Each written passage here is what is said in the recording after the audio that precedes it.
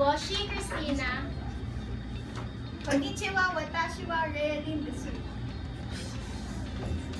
Annyeong, Chonin, Pielaymida. Buenos tardes, Miliamo Angelo. Bonjour, je m'appelle Cheska. Magandang araw, at ako naman si David Mendoza. Mabuhay! We are from Escapade Travel and Tours. And we are here to discuss how to establish a travel agency. What is a travel agency? Travel agency is a business that helps the travelers arrange their tour bookings for airlines, car rentals, cruise line, hotels, railways, travel insurance, and package tours. Escapade. Now, meaning an act or incident involving excitement or adventure. In Escapade, we assure you that we will give you fun and excitement at the same time. We promise to give you leisure and new learnings. In Escapade, our motto is to cater good service to the customers and satisfy the needs and wants of every travelers. In Escapade Travel and Tours, we're not only arranging different types of transportation, but we're also making you to save money with early booking discounts, hotel deals, special fares, and travel advices. The location of our travel agency is at Pasay City, where it is the center of the flying business. It is also near airports around Manila, and it is a popular city. So what are the requirements of a travel agency? First, you have to think of a travel agency name.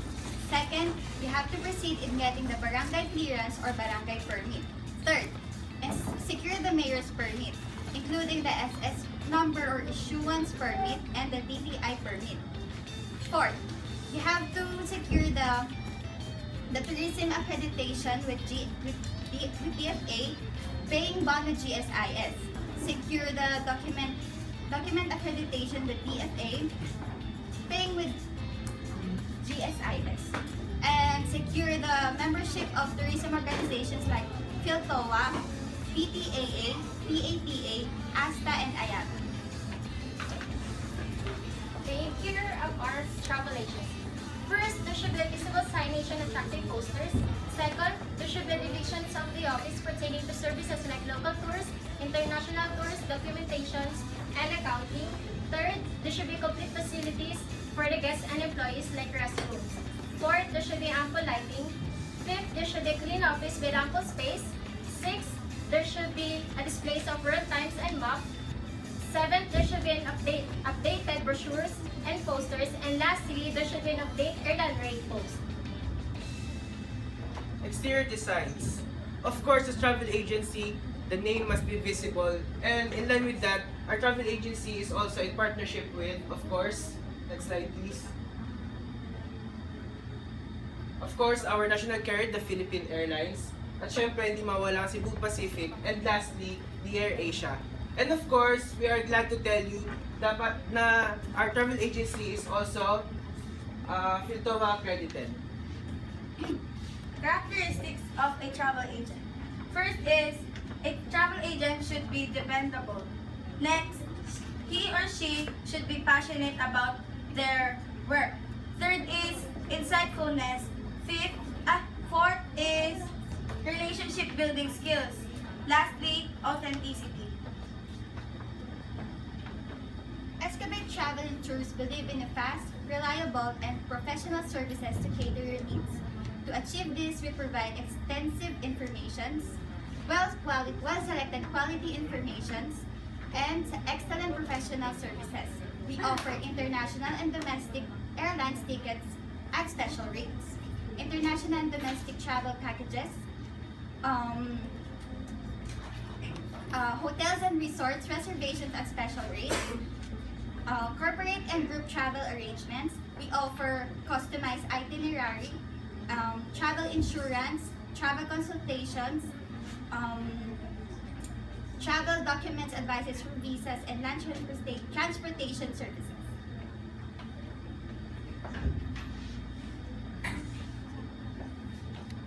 So now, Escapade Travel Agency welcomes you to Rizal.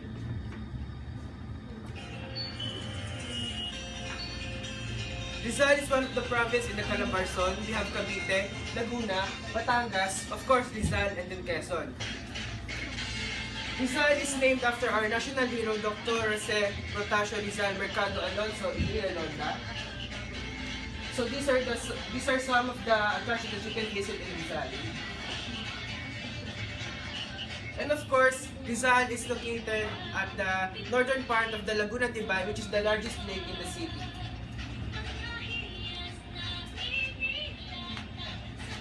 So to cut the presentation, let's now go to our first destination in Rizal.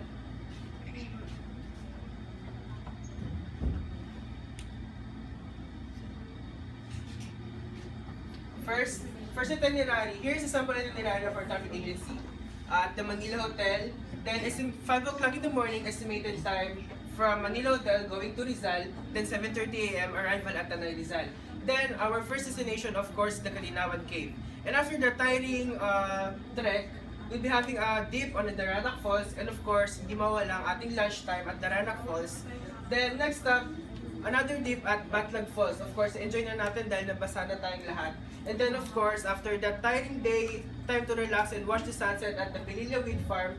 And then at 17, we'll be departing from Rizal going to Manila. And then 19 is our estimated arrival at Manila Hotel.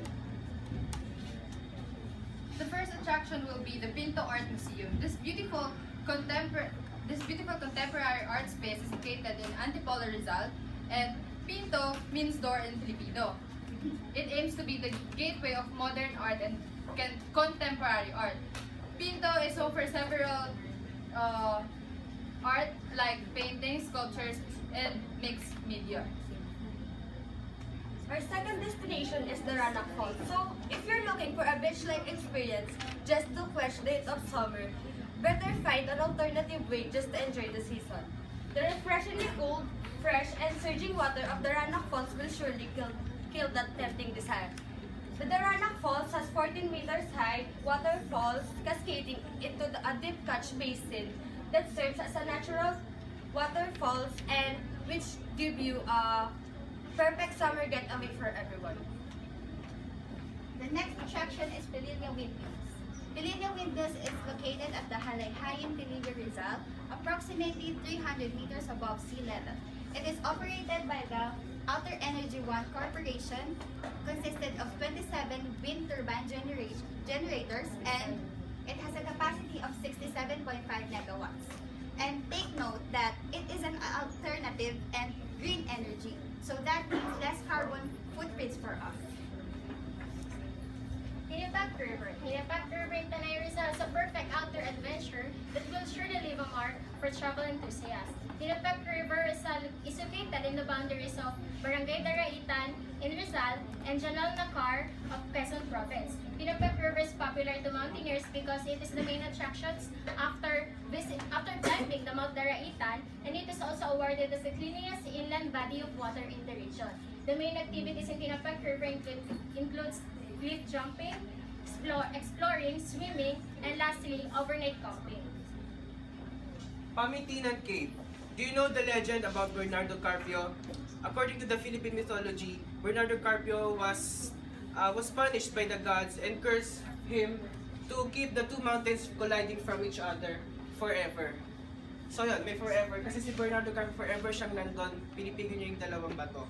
Pamintinan Cave is also known as Cave of Bernardo Carpio. So, kaya ako kinikwento sa inyo si Bernardo Carpio kasi isa siya sa mga legend na matatagpuan doon, which is at Rodriguez Rizal. And also trivia sa Pamintinan Cave, the KKK Katipunan held their first meeting at the Pamintinan Cave doon on 1985. So sina kumparing Andres, sina kumparing Macano Sakay, lahat sila dyan nagsimula sa Pamintinan Cave. The sixth and the last attraction is Masungi Deer Reserve. Masungi Deer Reserve is a conservation area and rustic rock garden tucked in the rainforests of Rizal. Masungi is derived from the word masungki, which means spike, the description from the sprawling limestones found within. There are three prominent peaks found in Masungi, namely Tatay, which is the highest, Nanay second highest, and Biche the third highest. There are cardio-related activities found in the G Reserve, like hiking.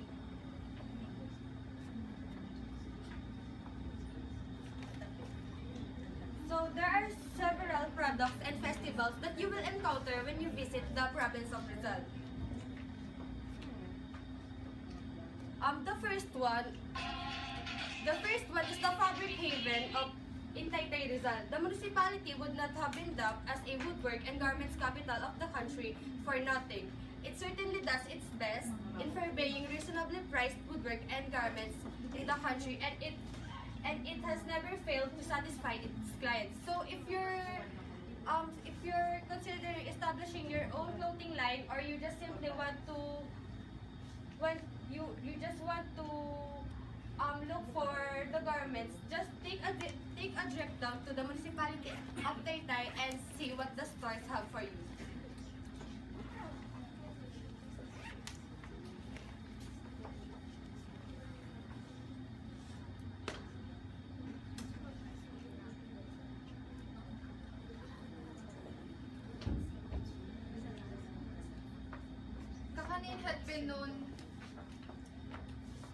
Kakanin had been known for centuries. Historically, Rizaleños are very popular in making kakanin even in Spanish time. Kakanins are perfect for occasions like birthday, anniversaries, and other holiday season. And the most favorite kakanin in Rizal are the suman, puto, kutsinta, pichi-pichi, sapin-sapin, and bibingka.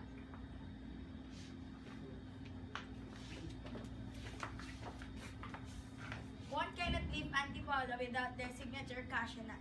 You can find the Pasalubong Center beside the Our Lady of Peace and Good Voyage Church.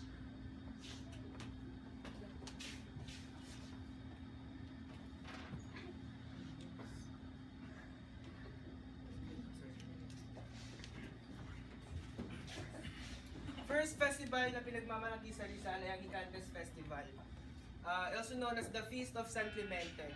It is the feast of the patron of the fishermen. It is celebrated every 23rd of November. So si San Clemente ay ang patron saint ng mga fishermen. During the procession, San Clemente is accompanied by the parejadoras. Kung makikita nyo, ay yung mga parejadoras. Then also accompanied by the Gigantes. So Gigantes, bakit nga ba Gigante? So let me tell you a story about the Gigante. So as we all know, ang mga Spanish talaga matatangkad sila compare sa ating mga Filipino. So during the Spanish era, yung mga Spaniards lagi silang nakaganto.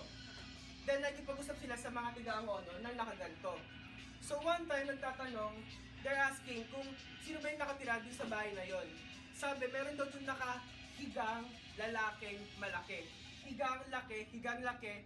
As time goes by, naging higante, higang nakalaki, lalaki nakahigang, malaki, higante. Next video. Next one. Feast of San Isidro Labrador, or also known as Carabao Festival, is a festival in Angono, Rizal, where farmers pay tribute to their patron saint, San Isidro Labrador, and to the Carabaos that help them till the land. It is celebrated from May 15 to 16 every year, and it is also celebrated from other provinces like Nueva Ecija and Bulacan.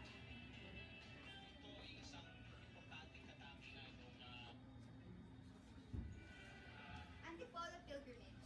So it is when during the month of May, when Filipino devotees to the Blessed Virgin from different parts of the country are thronging to the hills of Antipolo to make a pilgrimage at the Nuestra Senora de la Paz Ibn Viaje, or Our Lady of Peace and Good Voyage.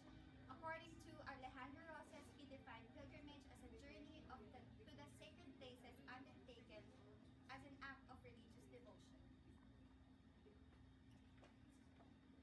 So guys, thank you for spending your time with us.